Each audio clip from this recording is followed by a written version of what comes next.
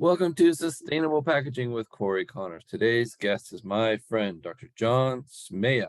How are you, sir? I am doing well. How are you, Cory? Good, good. You are the Vice President of Circularity and a Senior Analyst at Green Biz. I'm excited to break through all of those words and get to the bottom of what you do, because Green Biz is an awesome organization, and what you guys are doing is really an important part of the world of sustainable packaging. So maybe Thanks. you I could. appreciate that. Oh, of course. Thank you. Maybe you could start a little bit with your background first. Well, first of all, thanks for having me. I'm really Yeah. excited. I love doing these kind of things. I usually describe myself as a recovering chemist. I have far too many degrees in the subject, spent most of my 20s studying it. And when I got done with my PhD in chemistry, I decided I didn't want to work in a lab anymore. I was pretty much done with the lab life. But what I did realize during that time, my graduate research, I was trying to discover electrocatalysts that could convert CO2 and water back into liquid fuels. So really what we were trying to do is close the liquid fuel cycle, especially for, sort of hard to electrify sectors, whether that was air travel, long haul trucking, et cetera. So during my PhD research, I made, very, very minimal progress on that big, hairy problem.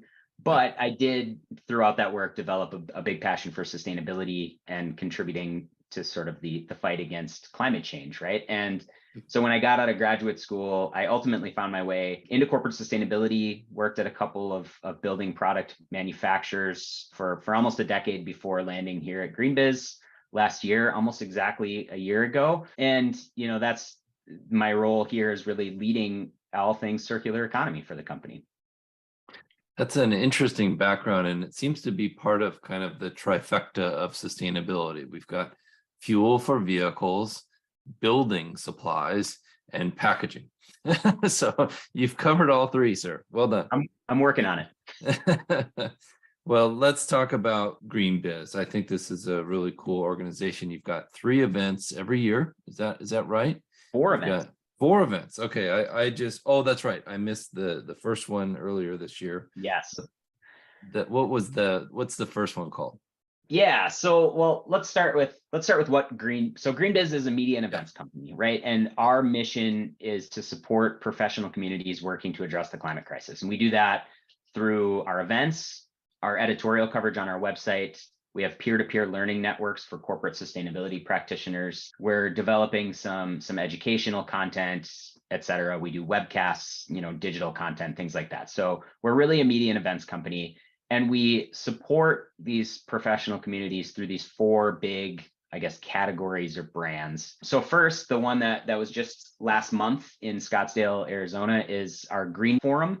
And that's really supporting the profession of sustainability. So we bring sustainability leaders from across sectors together to talk about things like CSR strategy and, all the big corporate sustainability, environment, governance, social pieces of working within a corporation. Another conference that we have that's going to be in late June is our Green Fin conference. And that's really related to ESG and sustainable investing. And that conference will be in Boston this year at the end of June. That's actually our newest event. Last year was the first real in-person convening of that Green Fin group.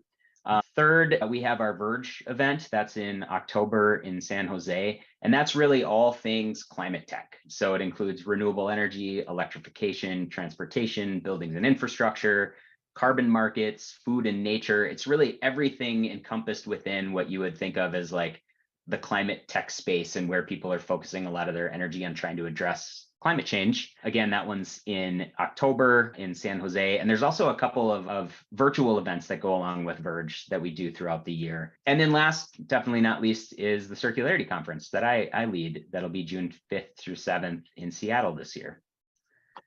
I'm very excited to go to Circularity and hoping to go to more of the events. I think they all sound very interesting to me. The Verge event in San Jose, that sounds like a perfect spot for a high-tech conference. Yep. We know as packaging suppliers to a lot of the high-tech firms, San Jose is a hotbed for innovation in the definitely. tech world. That conference actually brought together, I think we were just over 4,000 people last year for that event. So it's it's big and it's growing, and it's just a really, really high energy, exciting space to be in for those few days. Yeah, Sure. excellent. Well, let's talk a little bit about circularity. It's in Seattle, the Great Northwest, just north of me. I'm excited to be able to drive to an event for a change. But let's go through kind of how it works, what it's about, and the focus of it.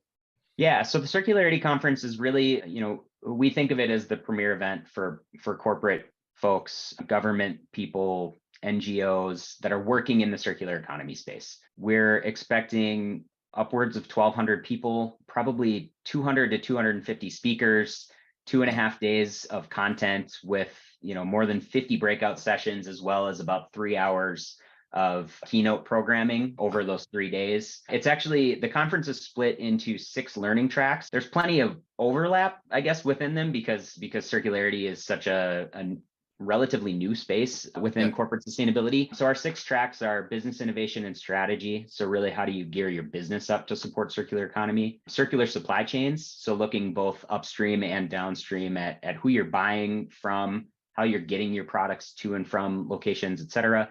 We've got enabling policies. So that's where we'll talk about things like EPR and, some of the laws moving forward in Europe, as well as things like bottle bills and, all the things that sort of support a circular economy and the recycling infrastructure. We've got a full track on materials. So really, what do materials for a circular economy look like? How do we transition away from maybe the petrochemical plastics that we use now to something new and innovative? We've got a next gen products and packaging track. That one's probably most interesting to you and your listeners.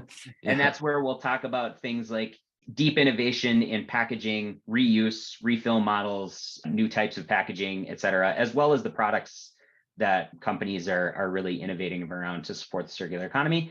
And then last, and I think to some degree, this will be a through line through almost every session, is the idea of stakeholders and social impact. So how do we think about historically marginalized communities, folks that are, on the fence lines of these giant chemical plants, things like that, like the impacted communities that should be front and center as we're thinking about transitioning to circularity.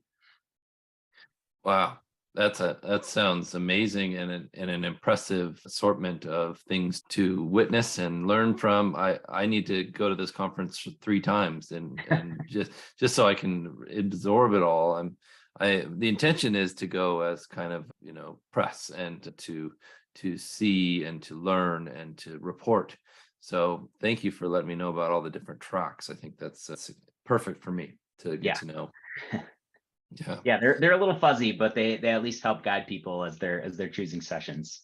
Yeah, a lot of conferences, it can be a challenge to know where to go, and some people aimlessly wander. Some people have very precise goals. I must go to this booth at this time, and I have a meeting with this person. So it's interesting to see the different, ways to attend a conference. But I'm excited to listen to the speakers. We were talking a little bit about before the show, how many people applied to be speakers at your event. Do you want to talk about that a little bit?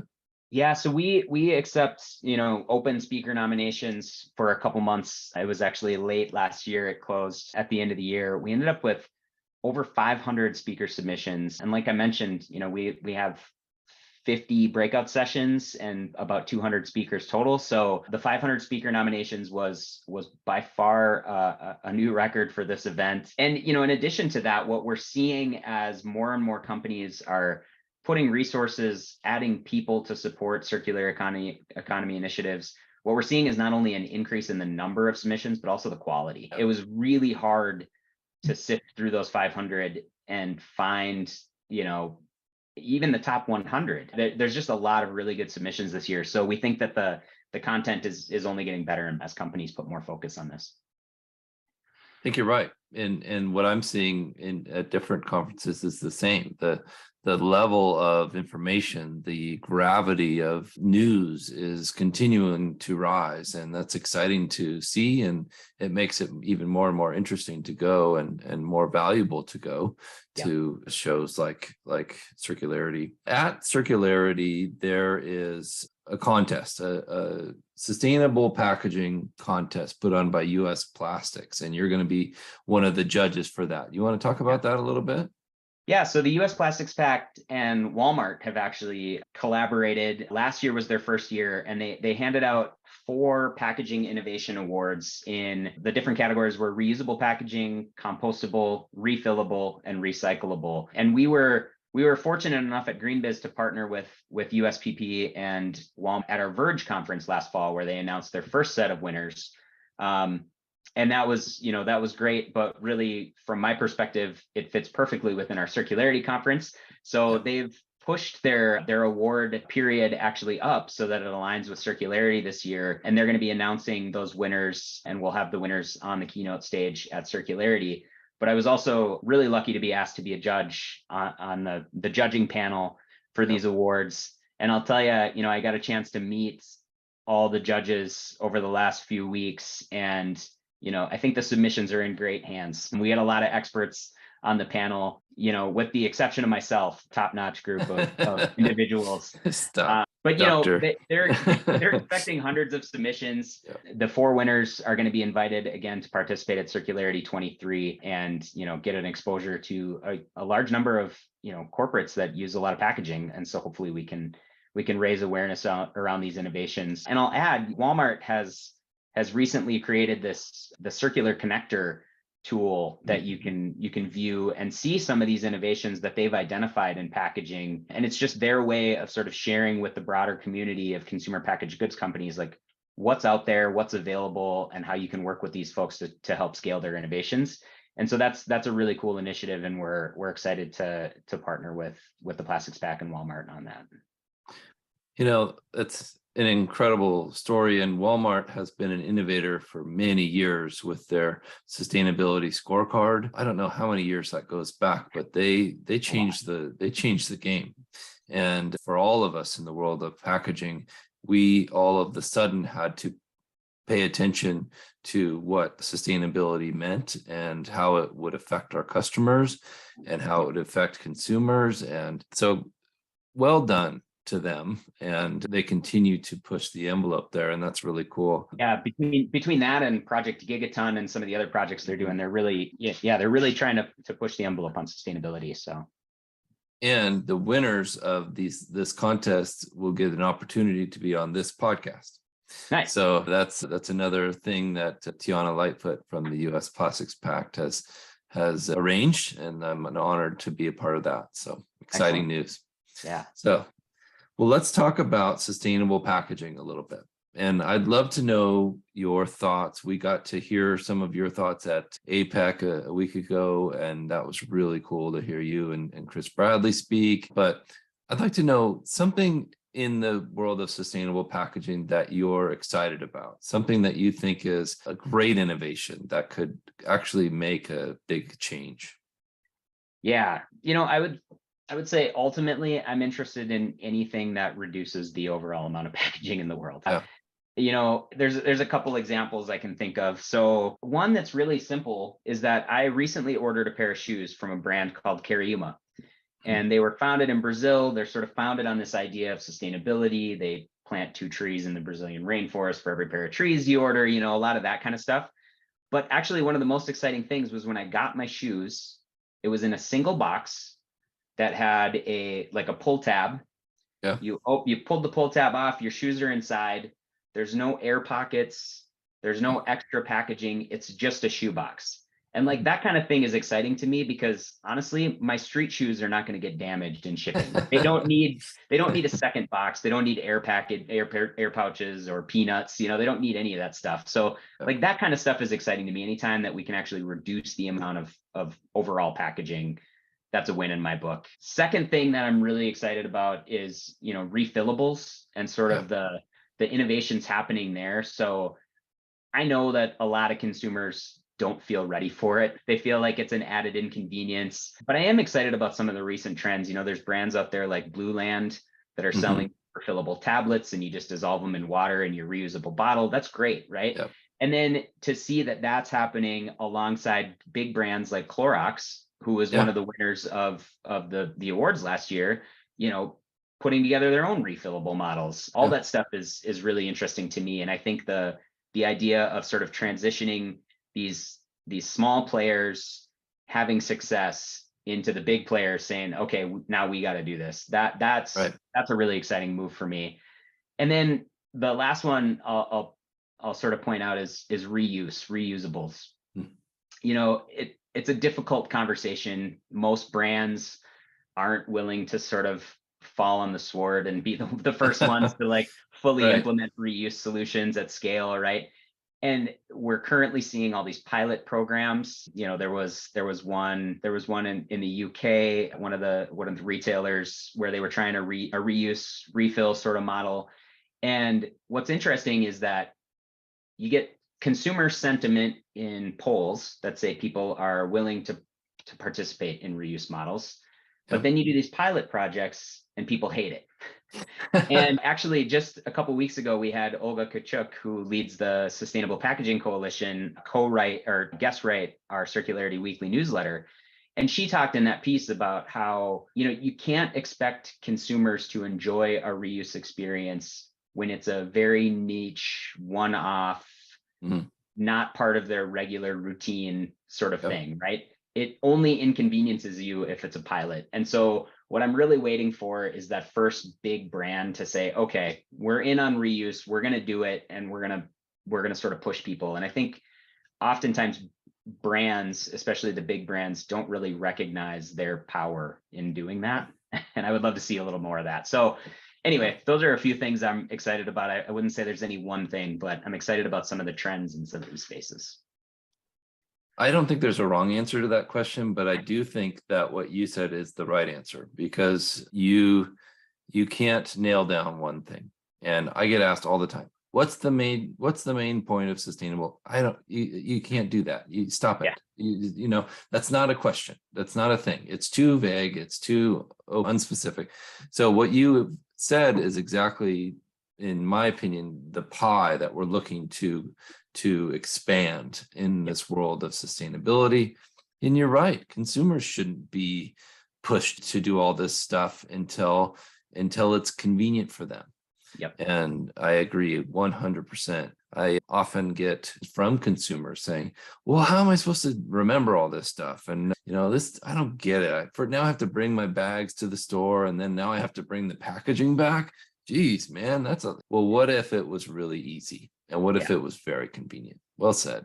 I mean, it's not that much different than if you would have asked somebody in 1995 to carry a cell phone with them everywhere. They would have said, how am I supposed to remember to do that? Like, I already have my keys in my wallet. But now, you know, you get up from your desk and you don't have your cell phone in your hand, you feel weird, right? And so I think there's an opportunity here that we're just not taking advantage of. And I always say the best form of a circular economy is one that people can participate in without really noticing. And there's a lot of work to do to get there, but I think we can. Yeah, simple things like reusable water bottles when you travel or every day. I was at my kid's school last night for a board meeting, and they put in one of those refill stations. It already had, in just a few months, 23,000 uses. That's 23,000 potentially water bottles that weren't necessary and were replaced by something sustainable. And fantastic. Funny aside on that, how did people like you and I ever survive in school? I don't remember ever seeing a kid bring a reusable water bottle to school, and now my daughter loses it if she doesn't have it. I will never forget the rusty flavor of the water at the school that I went to as a kid, and we thought it was normal. But you know, it made us tougher, I think. Public school was great. And I live in Oregon, where water is supposed to be amazing, but some of the schools just didn't have the right filters on the pipes. For sure.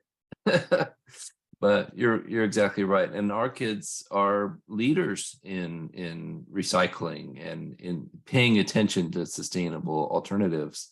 Like, we had a waiter ask us if we wanted straws, and my daughter is 7. She's like, no, we don't need straws. You know, like, okay. Oh, well done, May. Nice job. I was so proud of her, you know. Awesome. Yeah. Well, anything else that you wanted to talk about for circularity? I think it's a big event. Maybe there's some other things that we need to mention. Yeah, you know, Not specifically on the event. I think what we saw at GreenBiz this last month in Scottsdale is really a lot of people starting to recognize the urgency Yeah. around this. And I think when we get to the circular economy space, the urgency has to be the same, right? It's, people ask me sort of like what I'm concerned about, and it's like I'm concerned about everything. Like, Yeah. but if there's something that sort of keeps me up at night about packaging, it's this idea that we're currently just sort of picking around the edges, right? Like there's these small scale innovations, there's pilot projects.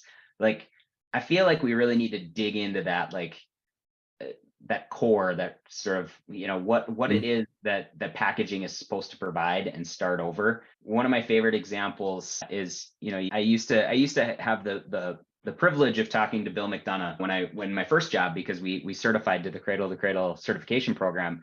And he always talked about this complete redesign of the cereal box. Mm-hmm. And now 10 years later, I think about that and I'm like, we don't need to redesign the cereal box. We need to redesign how we deliver product to people. Right. So the box isn't necessary. I'll be, I guess, the first to admit, like, this is not easy. No. But I'm still going to share this message with whoever will listen, because I think it's a starting point, right? To think about how we sort of, if you don't mind me using a really sort of nerdy term that I picked up from politics, that we need to move the Overton window needs to move on packaging, right? We need to reconsider what people will think is okay and acceptable. And we just really need to push a lot further and a lot faster. And the hope is that the Circularity Conference, in packaging and apparel and tech and the built environment, like in all those spaces, that we can really sort of start pushing that conversation to the next level to move us further, faster, and really accelerate this transition. Yeah, well said. And nerds are the ones that are going to solve these problems. And hopefully. I'm a proud packaging nerd. And I've had several people say, you really are a packaging nerd. And I say, yes, I am. And we must unite to solve the world's problems. And wear it like a badge, right? Yeah, I need another patch. We talked about patches for circularity. I need a packaging nerd patch. Maybe we should. I'll get my friend Avelio Matos to create some of those. So. But this has been great. Thank you again, Jon, and I appreciate your wisdom. Yeah, thanks for having me. This was fun. Yeah, what's the best way for people to get in touch with you and to sign up for your events? Yeah, so first of all, you can find anything I and my great teammates, Suze and Cory, and everybody else on the GreenBiz team write at greenbiz.com, B-I-Z, pretty simple. Yeah. You can find me on LinkedIn, Twitter, at Jon Smieja. I'd also encourage folks, if you go to greenbiz.com, there's an events link at the top, and you can learn a ton more about all 4 of our events. But selfishly, learn more about circularity, sign up, join us in Seattle. It's going to be great. And you're going to be there. That'll help. Hopefully that draws all the all the packaging nerds with you. We must get together, right? And I signed up for all 4 of your newsletters and have been very impressed so far. So thank you for that advice. Yeah, well, thank you for having me and for highlighting the work GreenBiz does. Yeah, thank you, sir. And if you're listening, make sure you subscribe so you don't miss the next episode, and stay tuned for more. Thank you all.